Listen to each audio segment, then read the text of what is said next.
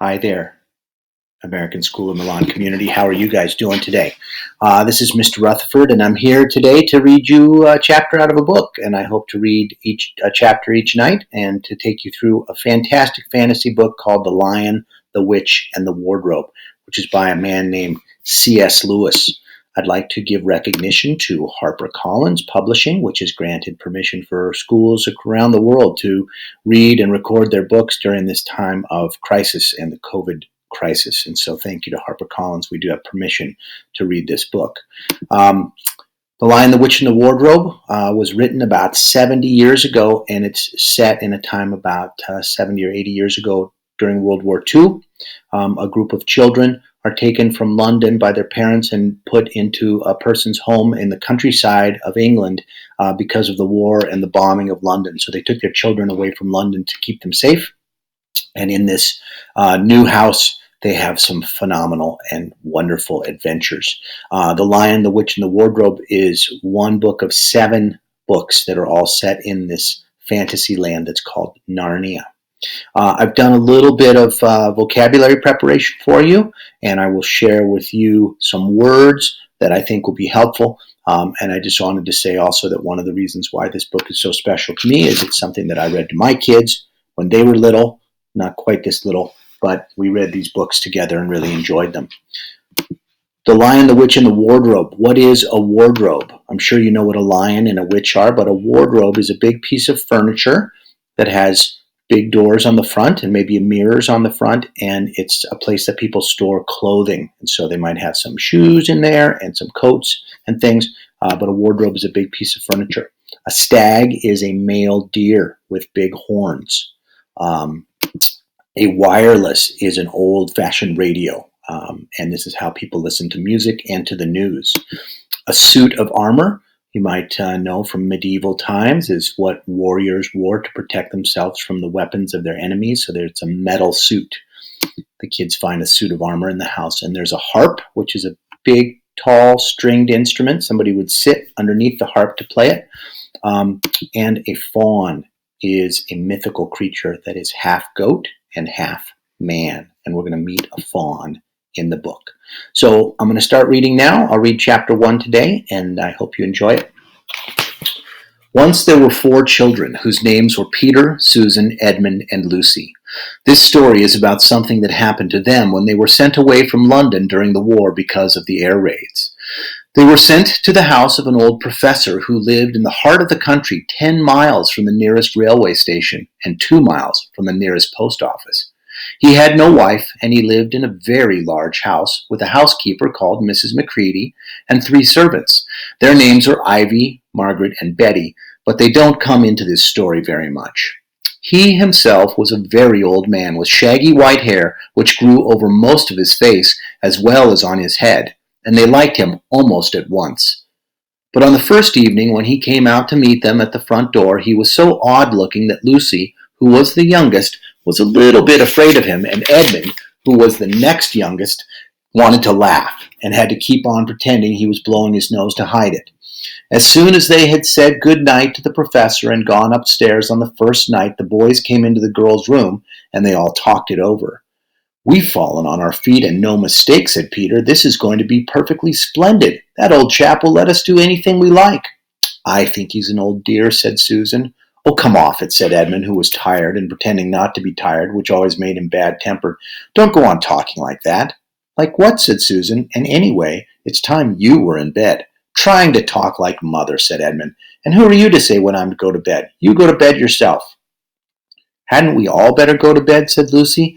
"There's sure to be a row if we're heard talking here." "No, there won't," said Peter. "I tell you, this is the sort of house where no one's going to mind what we do.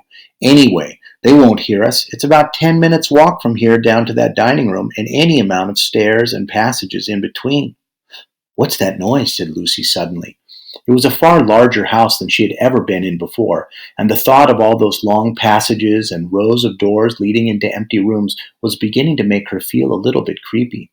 "It's only a bird, silly," said Edmund. "It's an owl," said Peter. "It's going to be a wonderful place for birds. I shall go to bed now. I say, let's go and explore tomorrow. You might find anything in a place like this. Did you see those mountains that we came along? And the woods? There might be eagles. There might be stags. There might be hawks. Badgers, said Lucy. Foxes, said Edmund. Rabbits, said Susan. But the next morning came, and there was a steady rain falling, so thick that when you looked out the window, you could see neither mountains, nor the woods, nor even the stream in the garden. Of course it would be raining, said Edmund.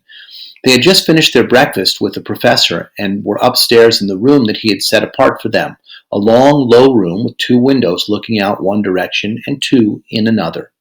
Do stop grumbling, Ed, said Susan. 10 to 1, it'll clear up in an hour or so. And in the meantime, we're pretty well off. There's a wireless and lots of books. Not for me, said Peter. I'm going to explore the house. Everyone agreed that that was how the adventures began. It was the sort of house that you never seemed to come to the end of, and it was full of unexpected places. The first few doors they tried led only into spare bedrooms, as everyone had expected that they would. But soon they came to a long room full of pictures, and there they found a suit of armor.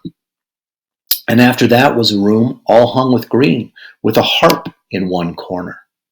And then they came 3 steps down and 5 steps up, and came to a little upstairs hall and a door that led out onto a balcony, and then a whole series of rooms that led into each other and were lined with books, most of them very old books, and some bigger than the Bible in church. And shortly after that they looked into a room that was quite empty except for a big wardrobe, the sort that had a looking glass in the door. There was nothing else in the room except for dead flies on the windowsill. Nothing there, said Peter, and they all trooped out again, except Lucy.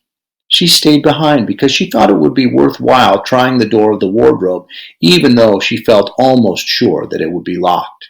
To her surprise, it opened quite easily, and 2 mothballs dropped out. Looking into the inside, she saw several coats hanging up, mostly long fur coats. There was nothing that Lucy liked so much as the smell and feel of fur. She immediately stepped into the wardrobe and got in among the coats and rubbed her face against them, leaving the door open, of course, because she knew that it is very foolish to shut oneself into any wardrobe. Soon she went further in and found that there was a second row of coats hanging up behind the first one. It was almost quite dark in there, and she kept her arms stretched out in front of her so as not to bump her face into the back of the wardrobe. She took a step further, and then 2 or 3 steps, always expecting to feel woodwork against the tips of her fingers, but she could not feel it. This must be a simply enormous wardrobe, Lucy thought, going still further in and pushing the soft folds of the coats aside to make room for her. And then she noticed that there was something crunching under her feet. I wonder, is that more mothballs, she thought, and she stooped down to feel it with her hand.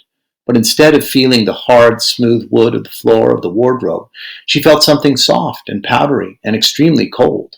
This is very queer, she said, and went on a step or 2 further.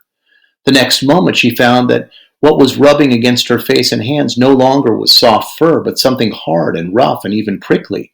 Why, it is just like the branches of a tree, exclaimed Lucy, and then she saw that there was a light ahead of her, not a few inches away where the back of the wardrobe ought to have been, but a long way off. Something cold and soft was falling on her. A moment later she found that she was standing in the middle of a wood at night time, with snow under her feet and snowflakes falling through the air. Lucy felt a little frightened, but she felt very inquisitive and excited as well. She looked back over her shoulder, and there, between the dark tree trunks, she could see the open doorway of the wardrobe, and even catch a glimpse of the empty room from which she had set out. She had, of course, left the door open, for she knew that it is a very silly thing to shut oneself into a wardrobe. It seemed to be still daylight there. I can always get back if anything goes wrong, thought Lucy, and she began to walk forward, crunch, crunch, crunch, over the snow and through the wood toward the other light. In about 10 minutes she reached it, and she found that it was a lamp post. As she stood looking at it, wondering why there was a lamp post in the middle of a wood and wondering what to do next, she heard the pitter-patter of feet coming toward her. And soon after that a very strange person appeared. He was only a little taller than Lucy herself, and he carried over his head an umbrella white with snow. From the waist upward he was like a man, but his legs were shaped like a goat's. The hair on them was glossy and black, and instead of feet he had goat's hooves. He also had a tail, but Lucy did not notice this at first because it was neatly caught up over the arm that held the umbrella so as to keep it from trailing in the snow. He had a red woolen muffler around his neck and his skin was rather reddish too. He had a strange but pleasant little face with a short pointed beard and curly hair, and out of the hair there stuck two horns, one on each side of his forehead. One of his hands, as I have said, held the umbrella, and in the other he carried several brown paper parcels. What with the parcels and the snow, it looked just as if he had been doing his Christmas shopping. He was a fawn, and when he saw Lucy he gave such a start of surprise that he dropped all of his parcels. "Great gracious me!" exclaimed the fawn. And that is the end of Chapter 1. Hope I'll see you again tomorrow for Chapter 2. Good night.